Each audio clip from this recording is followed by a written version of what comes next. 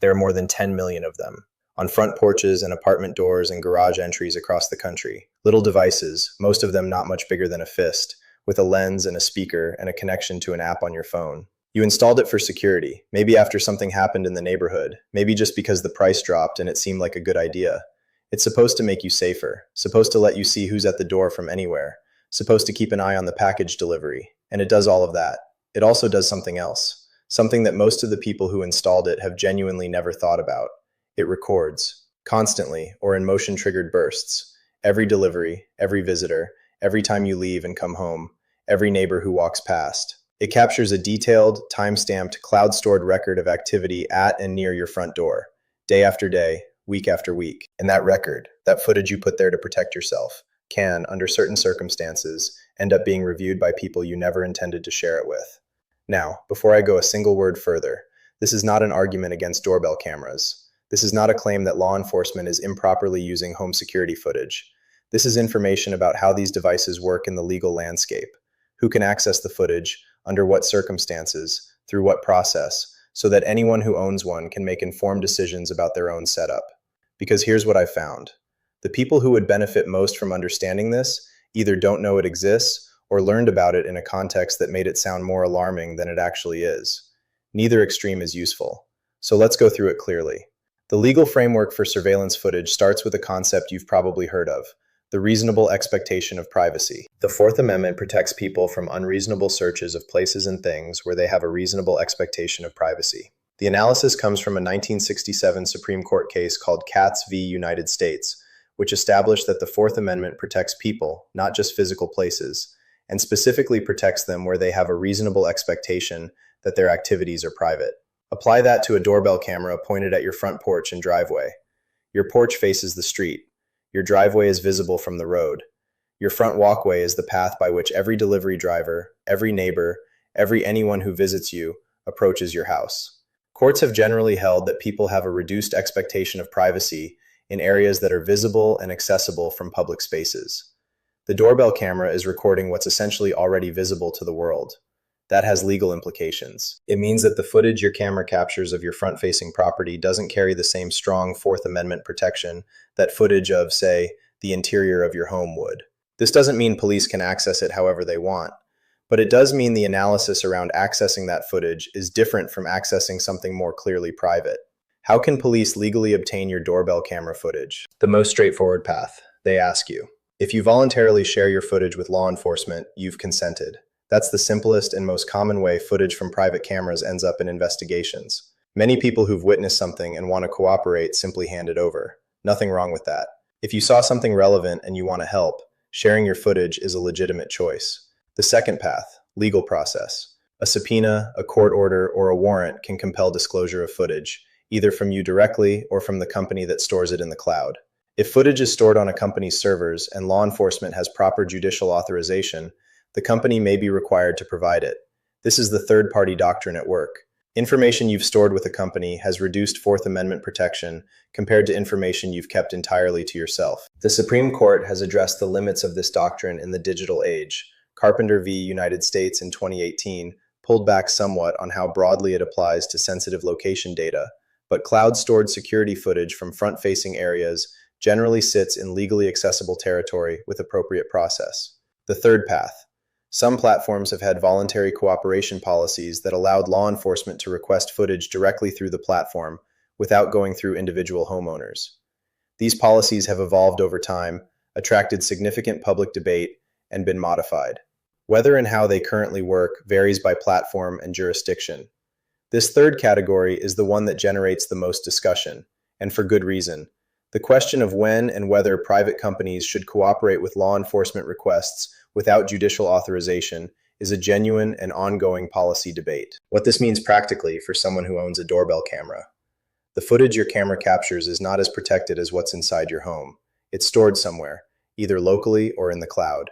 If it's in the cloud, it's subject to whatever that company's cooperation and data policies say, plus whatever legal process authorities can obtain. That doesn't mean you need to panic about your front door camera. It means you might want to know a few things. What does your platform's data policy say about law enforcement requests? Most major platforms have published transparency reports and policies about how they handle these requests. That information is publicly available and worth reading. What are your data retention settings? Most platforms give you control over how long footage is stored.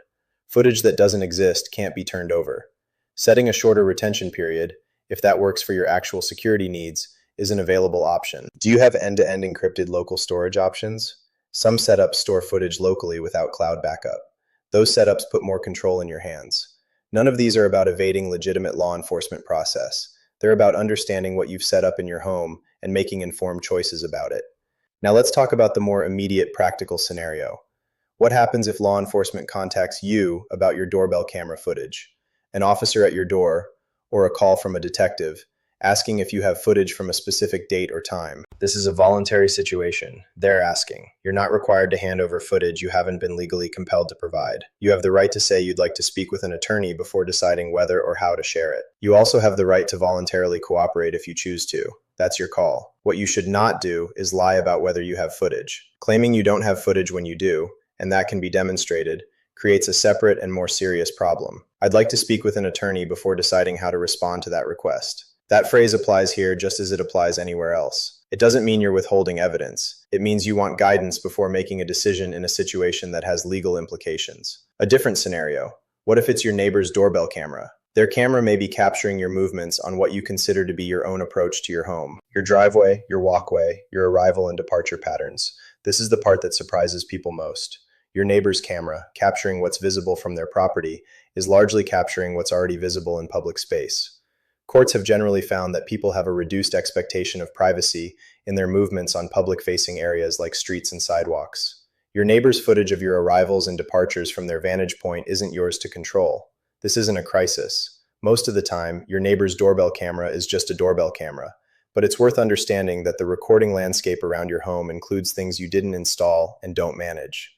Let's run through some specific scenarios. What if police serve a warrant specifically for your doorbell footage? A valid warrant compels compliance. You should look at what it specifically authorizes. What footage, what time period, what purpose. An attorney can review whether it was properly issued.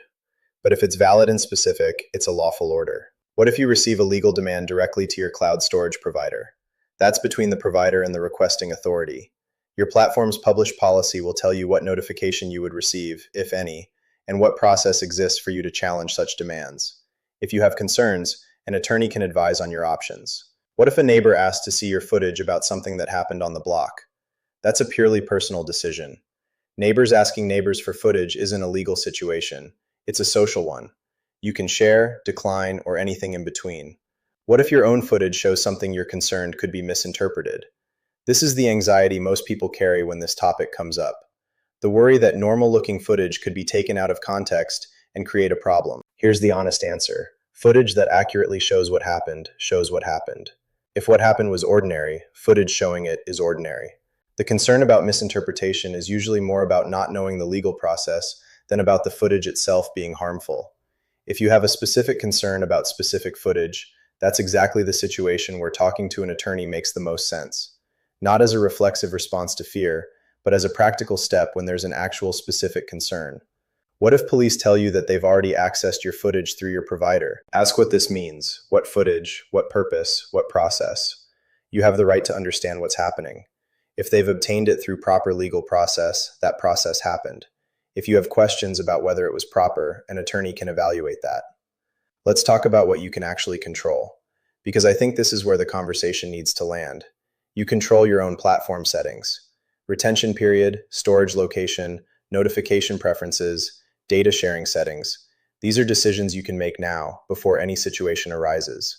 You control whether you voluntarily cooperate with footage requests absent legal compulsion. You can say yes. You can say you'd like guidance first. Both are legitimate options. You control whether you understand your platform's actual policies. Reading the privacy policy and law enforcement transparency report for whatever doorbell camera system you use takes maybe 20 minutes. After reading it, you know what you're actually working with instead of guessing. What you don't control, your neighbor's camera. Public-facing cameras operated by businesses and municipalities. Cameras you didn't install. Information already stored with providers pursuant to their policies. The actionable part of this is narrow. Your own setup, your own decisions, your own informed choices. Here's what I want to leave you with. Doorbell cameras are useful. They catch package thieves. They document damage to your property. They let you see who's at the door before you open it. These are real, practical benefits. Understanding that the footage they capture can, through proper legal process or voluntary cooperation, become part of an investigation, that's not a reason to rip the camera off your door.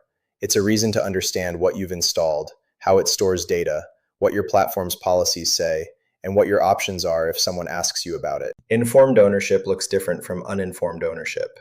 Not more afraid, just more aware. I'd like to speak with an attorney before deciding how to respond to that request. That phrase applies to footage requests just like it applies to everything else.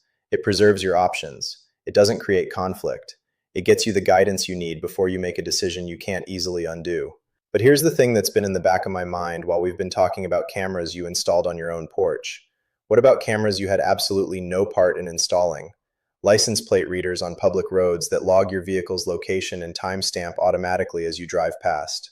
Not targeted at you specifically, not because of anything you did, just running, constantly, building a record of your movements over time that neither you nor any individual officer assembled. The legal framework around that kind of passive, automated, aggregate surveillance is different from anything we've covered. It doesn't involve a single interaction. It doesn't involve a request. It just happens. And what that data can and can't be used for, and what protections, if any, exist around it, is genuinely worth understanding. That's what we're getting into next.